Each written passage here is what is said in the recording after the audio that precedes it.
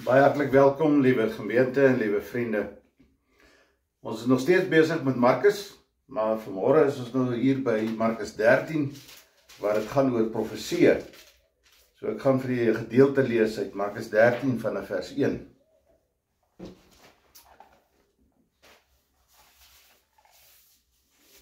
Toe Jesus van die tempel af weggaan, sê een van sy disippels vir hom: Here, kyk watter geweldige klippe en watter geweldige geboue. En Jesus sê vir hom: sien jy daardie groot geboue? Hier sal nie een klip op die ander bly nie. Alles sal afgebreek word. Jesus het op die Olyfberg gaan sit, reg oor die tempel. Toe hy alleen was, vra Petrus, Jakobus, Johannes en Andreas vir hom: sê vir ons, wanneer sal dit gebeur en wat sal die teken wees van wanneer dit alles volëindig gaan word? Wanneer gaan die einde wees? Vra die disippels. Jesus sê toe vir hulle: pas op dat niemand julle mislei nie. Daar sal baie onder my naam kom en sê, dis ek, en hulle sal baie mense mislei. En wanneer julle die rumoer van oorlog en gerugte van oorlog hoor, moet julle nie verskrik wees nie. Dit moet nog kom, maar dit is nog nie die einde nie. Want die een nasie sal teen die ander te staan kom en die een koninkryk teen die ander, daar sal aardbewings op ander plekke voorkom, daar sal hongersnode wees. Hierdie dinge is geboortepyn aan die begin van die nuwe tyd. En julle moet teen julleself op julle hoede wees. Mense sal julle aan die geregshowe oorlewer. In die sinagoge sal julle geslaan word, en voor goewerneurs en konings sal julle oor my teregstaan. Dit sal 'n getuienis voor julle wees. En die evangelie moet eers aan al die nasies verkondig word. Wanneer hulle julle gryp om julle oor te lewer, moet julle nie vooruit bekommer oor wat julle sal sê nie. Maar julle moet praat soos dit op daardie oomblik aan julle gegee sal word. Want dit is nie julle wat praat nie, maar die Heilige Gees. En dan, net so 'n bietjie verder, sal jy sien, daar staan: en wanneer julle die ding wat 'n gruwel is voor God en wat verwoesting aanrig sien staan op die plek waar hy nie moet wees nie, wie dit lees, moet dit goed begryp, dan moet die wat in Judea is, die berge invlug. As hulle die tekens sien, moet hulle die berge invlug. Dan vers 32, maar niemand weet wanneer daardie dag en uur nie, selfs nie die engele in die hemel nie, en ook nie die Seun nie. Net die Vader weet dit. Wees op julle hoede, wees waaksaam, omdat julle nie weet wanneer die tyd daar is nie. Dit is 'n man wat ver weggegaan en sy huis onder die beheer van sy slawe gelaat het. Hy het vir elkeen sy werk gegee en die deurwagter beveel om waaksaam te bly. Bly dus waaksaam, omdat julle nie weet wanneer die huiseienaar kom nie, in die aand of middernag of met die hande kraai of vroegmôre nie, sodat wanneer hy onverwags kom, hy julle nie aan die slaap kry nie. En wat hy vir julle sê, sê ek vir almal: bly waaksaam. Bly waaksaam. Nou, baie mense het al gevra, wanneer gaan die wederkoms plaasvind? Of die mense wat nou glo in die wegraping, dat jy sommer so opgeruk sal word, wanneer gaan dit plaasvind? Hier kry ons self 4 disippels van Jesus, Petrus, Jakobus, Johannes en Andreas, wat vra, maar wanneer gaan dit die einde wees? Wanneer gaan die einde aanbreek? Wat sal die tekens wees? En dan wil ek vir julle sê, jy weet mos, daar is deur die geskiedenis heen, is daar baie mense wat die eindtyd voorspel het, op verskillende maniere. Nou, ons kan nie almal kyk nie, maar ons gaan na so 'n paar ouens kyk. Een ding wat soos 'n paal bo water staan, is dat sedert die jaar 50, sê nou maar wanneer die brief van die Tessalonisense geskryf is, waar Paulus ook praat oor die eindtyd en die wederkoms, tot vandag is daar oral mense wat die eindtyd voorspel het en hulle datums was nog altyd verkeerd gewees. Die eerste ou wat ek sommer wil net noem is Isaac Newton. En hy het gesê die eindtyd gaan aanbreek hier in 1748 of 45 En toe later het hy gesê, nee, dit is geskuif na 1766 toe. En jy moet mooi kyk na hierdie ouens, dat hulle gewoonlik die eindtyd voorspel, dat hulle seker maak, hulle sal dan al klomp jare dood wees.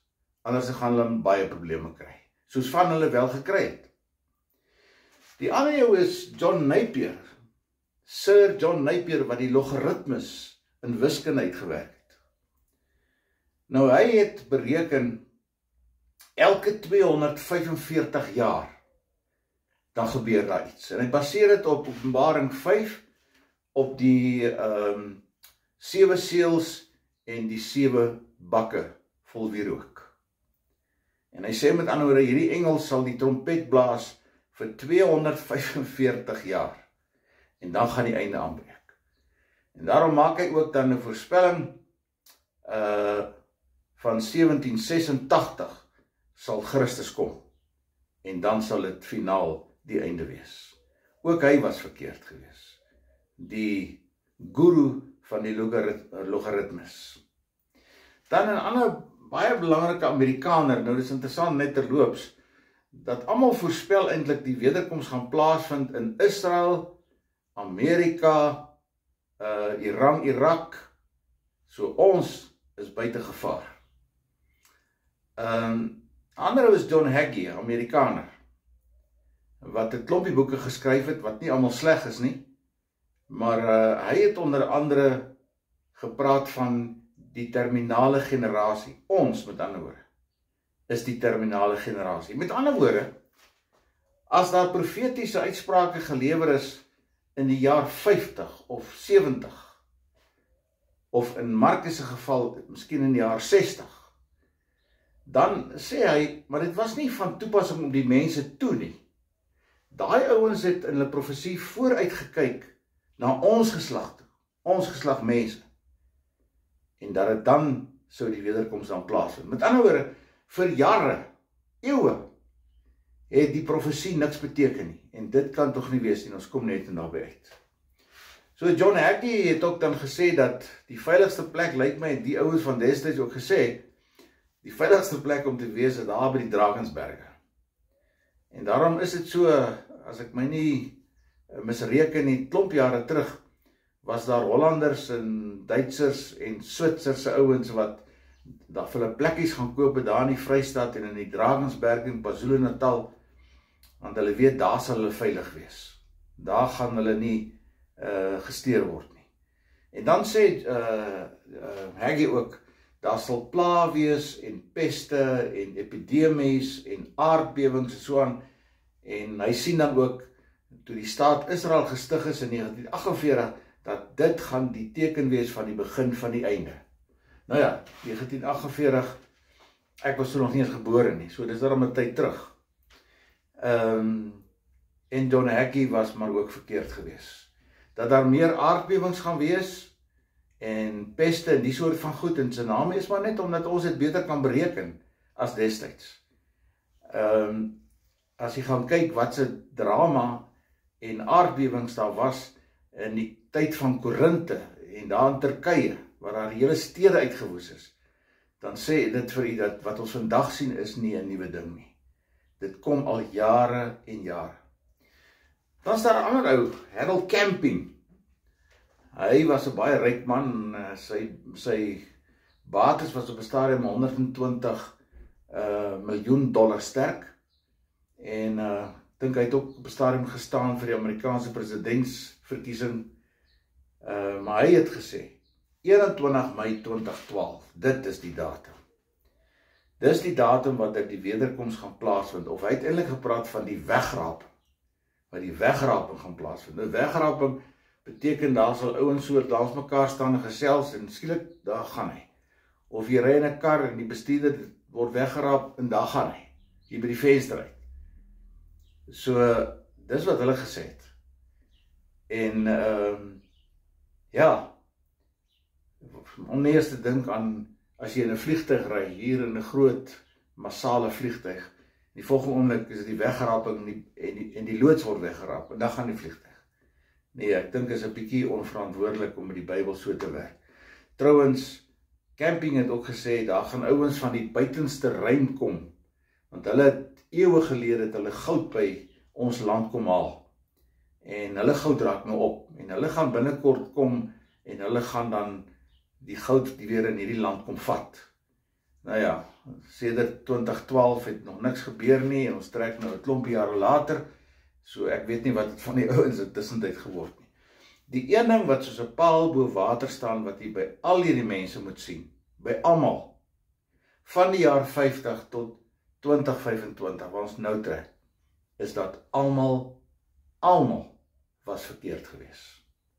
Nie een enkele ou was reg in sy voorspellings nie. Nie Newton nie, nie Napier met sy wiskundige berekenings nie, nie John Hagin nie, nie Camping nie, en jy kan aangaan en name opnoem. Die tweede ding wat ek vir u wil sê is, ons moet baie mooi kyk hoe ons met die Bybel werk. Die Bybel is nie 'n boek waaruit jy sommetjies en berekenings moet maak vir wat eendag gaan gebeur nie. Dis nie waarvoor die Bybel daar is nie. Hierdie woord van God is in die eerste instansie 'n troosboek, wat geskryf is om ons te troos, natuurlik te vermaan ook, maar ons aan te spoor om in 'n verhouding met die Here te lewe.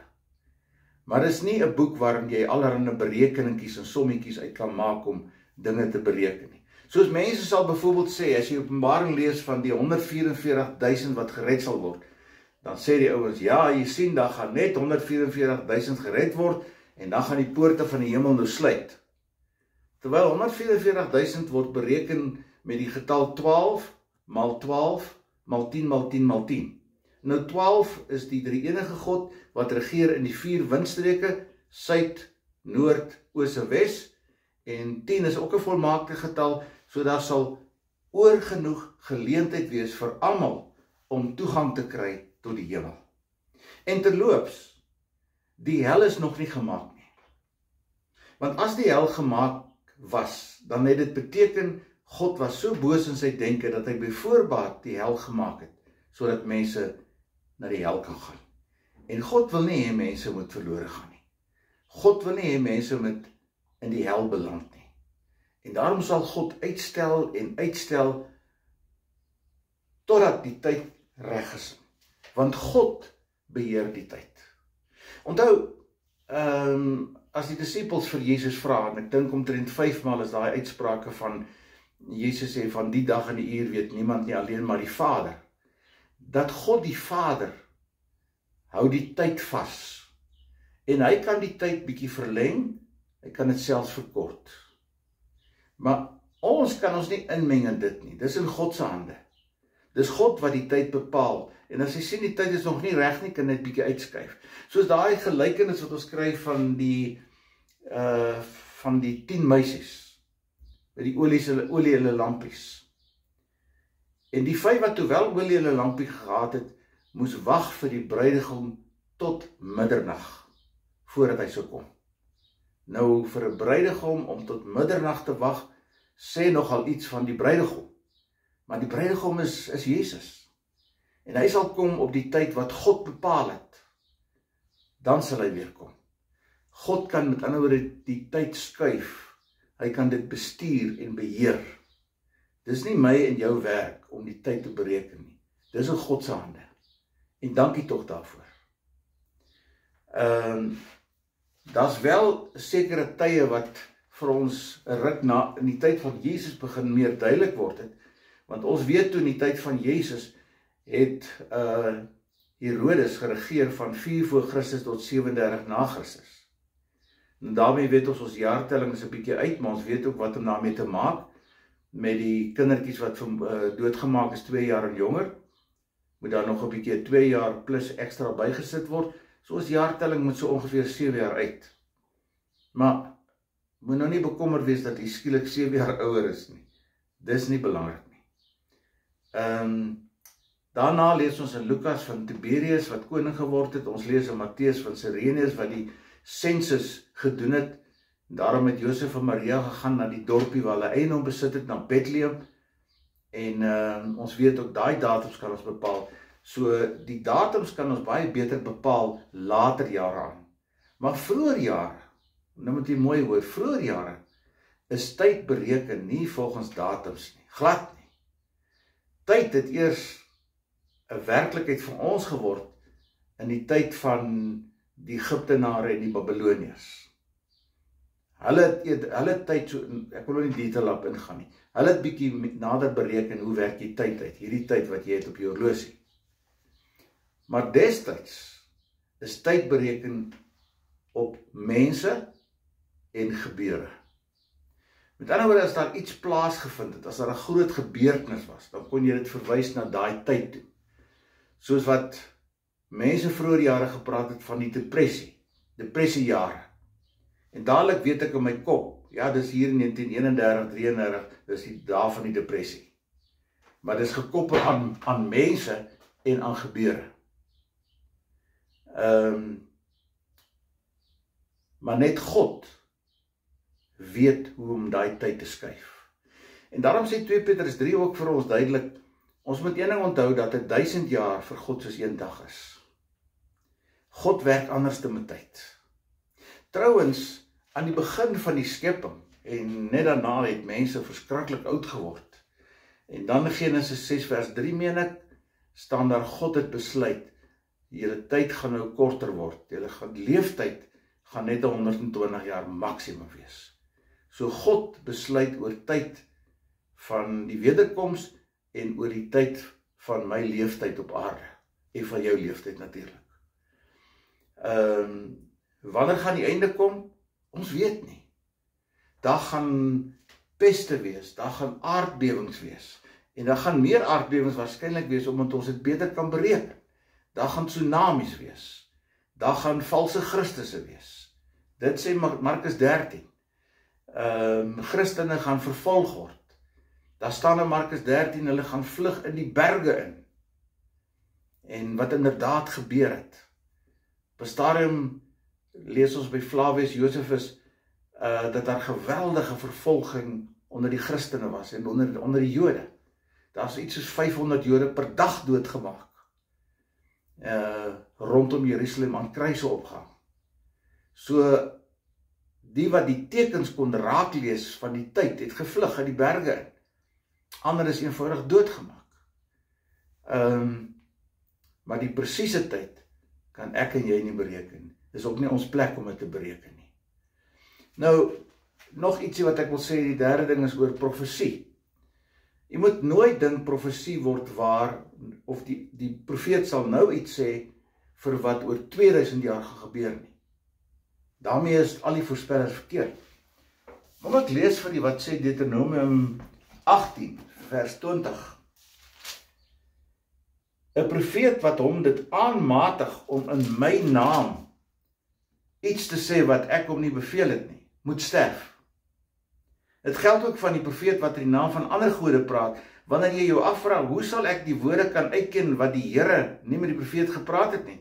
Moet jy weet, as 'n profeet iets in die naam van die Here aangekondig het, en dit kom nie uit, en gebeur nie so nie, dan het die Here nie met die profeet gepraat nie. Dan het die profeet hom dit aangematig, en hoef jy jou nie aan hom te steur nie. Jy sien?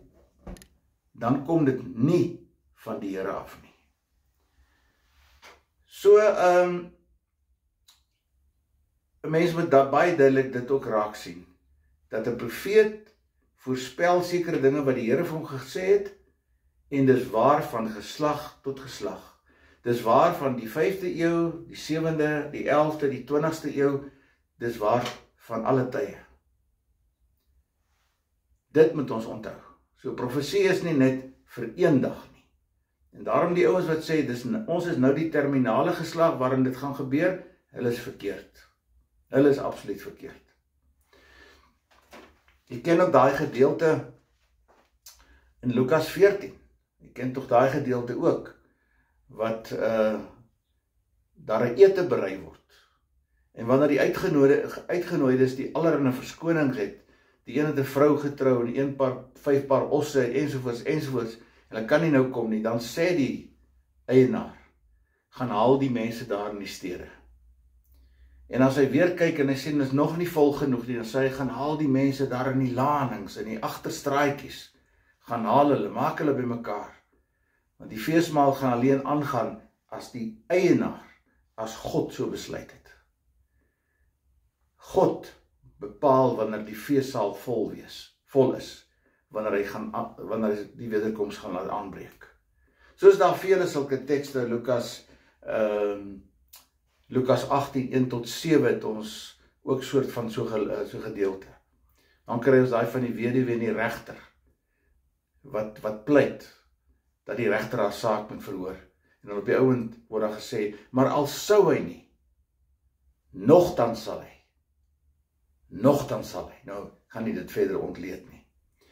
Nou goed, wanneer gaan die wederkoms aanbreek? Die wederkoms is beplan vir die tyd tussen die eerste koms en die tweede koms vir Jesus. Dis die tyd van die wederkoms, tussen die eerste koms en die tweede koms. En nou moet jy mooi dink, wat bid ons in die modelgebed, die Onse Vader?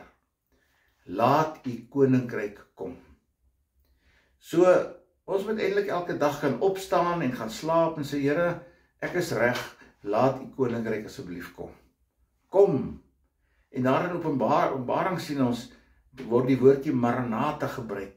Kom, Here Jesus, kom. So wanneer jy in die kerk is en wanneer jy by die huis is, moet jy kan uitroep saam met jou familie, Maranatha, kom Here, kom. Ons wil so graag hê dat u moet kom, want ons is reg. En dis die groot vraag. Is ek en jy elke dag reg en gereed, want dit kan vandag my dag wees, die einde van my lewensdag, tyd, kan môre wees, ek weet nie. Maar die onsekerheid wat ek daarmee wil probeer verwoord is nie heeltemal reg nie.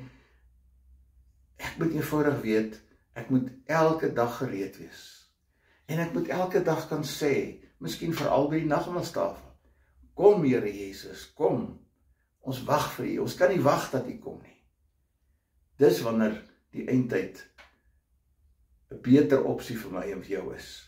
Maar nie om mense die skrik op die lyf te jaag nie. Nie om mense bang te maak nie. Hoegenaamd nie. Want dan is ons op 'n verkeerde pad. Kom ons bid saam. Hemelse Vader, ons wil ook maar net uitroep saam met die mense van die Nuwe Testament, Maranatha. Kom Here Jesus, kom.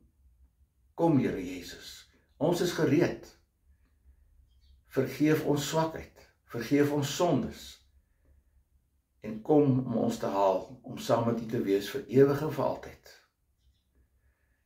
Bewaar ons daarvan, Here, dat ons die Bybel sal gebruik as 'n berekenings in 'n sommetjieboek. Want dit is nie, dis 'n troosboek. 'n Troosboek met 'n vermaanende boodskap, volg die Here. Ons bid dit in u naam. Amen. Ontvang met bidende harte die seën van die Here. Mag die genade van ons Here Jesus Christus en die liefde van God ons Vader, wat die tyd in sy hande het, die Gees vir my en vir jou intrek, om gereed te wees in die tyd wat hy sal kom. Amen. Mag dit 'n mooi dag en 'n mooi week vir elkeen van u wees. Totsiens.